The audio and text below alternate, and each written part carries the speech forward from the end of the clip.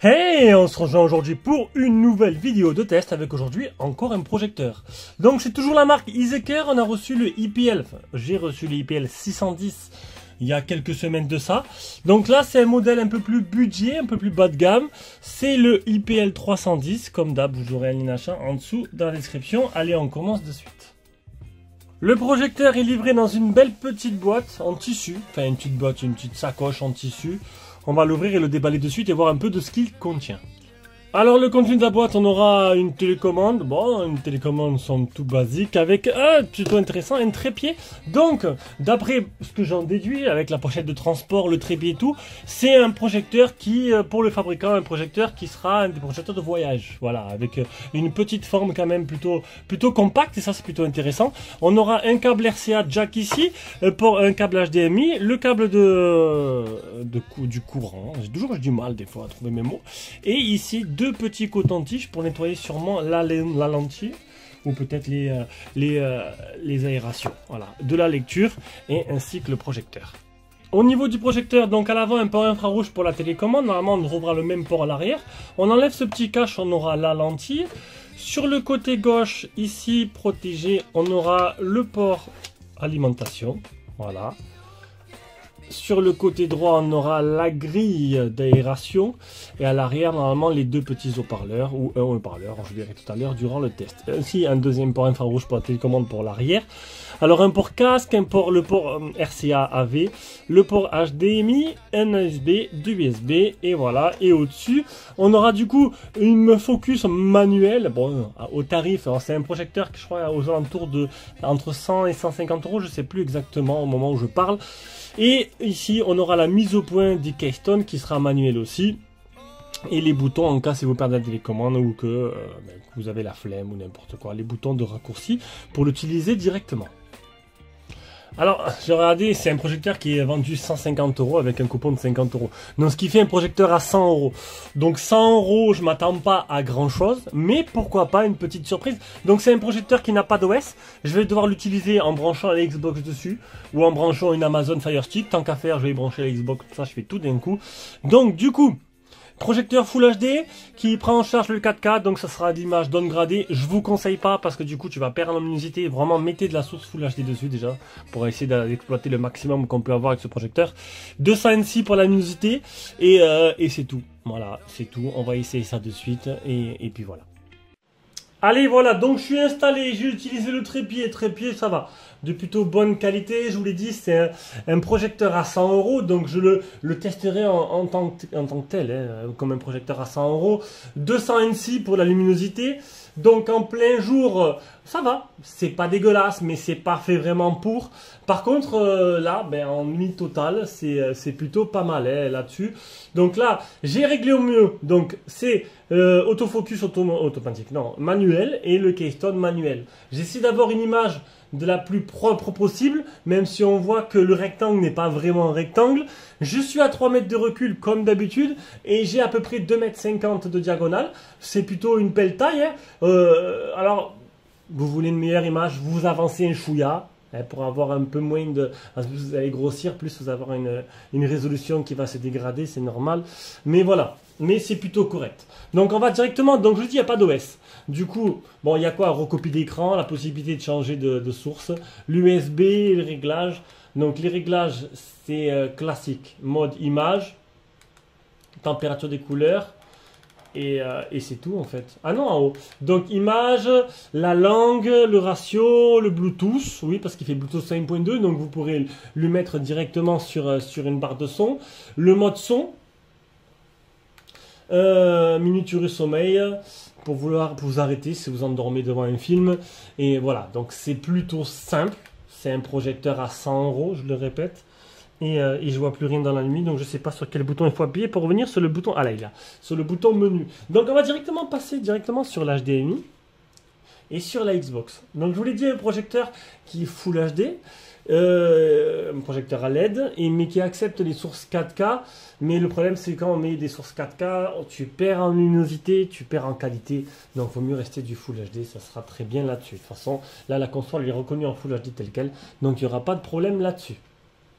Donc, niveau définition, Bon, c'est plutôt propre, hein. Là, j'ai quand même 2,50 m. Et je trouve ça plutôt joli. Les couleurs sont plutôt respectées et belles. La luminosité est bonne. Je le rappelle, j'ai tout fermé. La soufflerie, vous l'entendez, je fais pas de bruit, ça souffle un peu. Bon, c'est un peu normal. Après, bon, on est quand même sur du low cost, hein. Mais pourquoi pas? Pourquoi pas pour dépanner? Il y en a qui n'ont pas des gros budgets. Pour une petite chambre, pourquoi pas? Alors, on va écouter le son. On va... Bon, il n'y aura pas de... Vu qu'il n'y a pas d'OS, donc on va lancer un film directement, voir un peu ce que ça vaut. On va écouter le son, regarder l'image. Et puis voilà. Et puis au pire, après, si vous voulez, je peux m'avancer un peu. Mais pour avoir une meilleure qualité. Encore une fois, ça dépendra de votre recul. C'est un projecteur qui va dépendre de votre recul. Donc 3 mètres de distance, 2,50 m d'image. Je trouve que c'est déjà plutôt joli, hein. Donc on se retrouve, on va commencer avec Netflix. Bon, ce sera Netflix pour la partie vidéo, après on mettra un jeu, on mettra Call of Duty. Donc on va monter le son à fond, on va lancer le dernier reportage, la vie sur notre planète de Steven Spielberg. Non, je fais pas de publicité, j'ai commencé à le regarder, donc on va continuer ensemble. Donc on va écouter le son, on va regarder un peu l'image, s'il n'y a pas trop de ralentissement, nickel. Ça devrait le faire. Là, franchement, pour l'instant, je suis assez surpris par la qualité.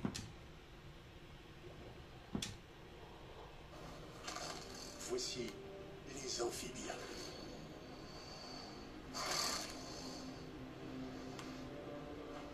La structure inédite de leur corps, composée de 4 membres et d'une colonne vertébrale, s'est avérée la matrice idéale pour le triomphe des espèces. Malheureusement, leur développement s'est vu limité par leur dépendance à la vie aquatique.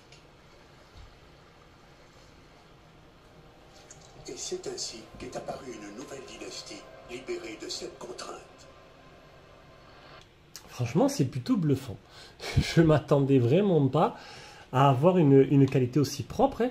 Faudrait que je mette un petit dessin animé, un peu voir... je vais aller sur le côté jeunesse un peu, pour voir un peu...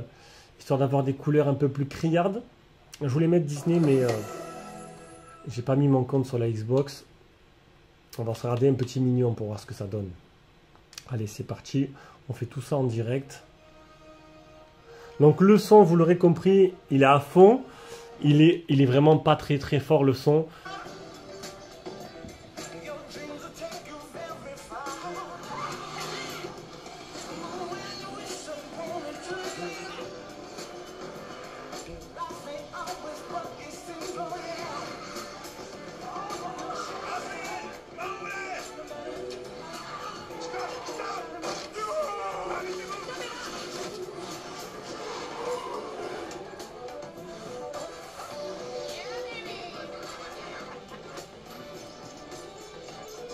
Honnêtement, c'est vrai que je vais pas vous mentir, je suis quand même assez surpris. Je ne m'attendais pas à une telle qualité, je le redis, mais je ne m'attendais vraiment pas à avoir pour 100 € cette qualité-là. Donc c'est pas mal, hein. C'est pas mal. Alors le son, non, on n'entend pas grand-chose. Même à fond, je préfère qu'on entende rien plutôt qu'il grésille, qu'il soit dégueulasse. Faudra pas faire de bruit. Voilà. Alors je vous conseille de brancher ou un casque en filaire, ou de le brancher grâce au Bluetooth 5.2 tout simplement, histoire de brancher une enceinte Bluetooth dessus. Et tout simplement d'avoir... Voilà, je me suis trompé de bouton encore une fois. Non, je suis bête, c'est avec la manette. Je ne sais pas pourquoi je prends la télécommande. Et de brancher tout simplement, comme je fais moi, une enceinte Bluetooth pour avoir un meilleur son. Voilà, le son est vraiment pas top. Par contre, l'image, j'ai rien à dire, c'est plutôt propre. Alors, ce qu'on va faire maintenant, c'est qu'on va mettre une petite session de jeu. Tant qu'à faire, il y a la Xbox branchée dessus. On va se lancer un petit Call of. Et derrière, je vais ouvrir un peu les volets, vous montrer un peu la luminosité, ce que ça peut donner avec un peu plus de lumière. Voilà, on y verra certes moins bien. Et on verra ça tout à l'heure. Donc là, je vais lancer Call of Duty. Allez, du coup, on se rejoint sur Call of Duty. Voir si c'est totalement jouable, hein.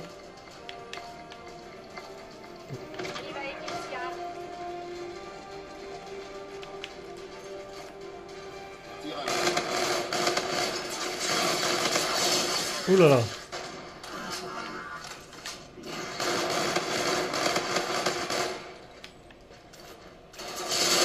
Eh ben voilà. Mais honnêtement, quitte à me répéter, je suis surpris. Je suis très surpris par la qualité de ce projecteur. Je ne m'attendais pas à ça. J'étais assez sceptique. Et finalement, Alors le son, comme je vous l'ai dit, je me le répète, c'est pas extraordinaire. Mettez une source externe, un casque, n'importe quoi. Par contre, pour l'image, avec 2,50 m et 3 mètres de recul, c'est plutôt extraordinaire, on va dire. Hein. Ouais. Je sais pas où ils sont. Ah, c'est pas possible, j'ai mis quoi? Bon, c'est pas grave. Allez, ce qu'on va faire maintenant, je vais ouvrir un peu les volets et je vais mettre rentrer un peu de soleil et un peu voir. Voilà, donc volet ouvert, rideau fermé, on n'y voit plus grand chose. Hein. Donc ce sera vraiment un projecteur dans le noir total. Et ben voilà, de toute façon, vu le tarif, on va pas se plaindre. Allez, sur ce, je vous fais des gros bisous. On se rejoint pour une prochaine vidéo. Et je vais aller jouer à Alexandra Lederman. Ciao, ciao.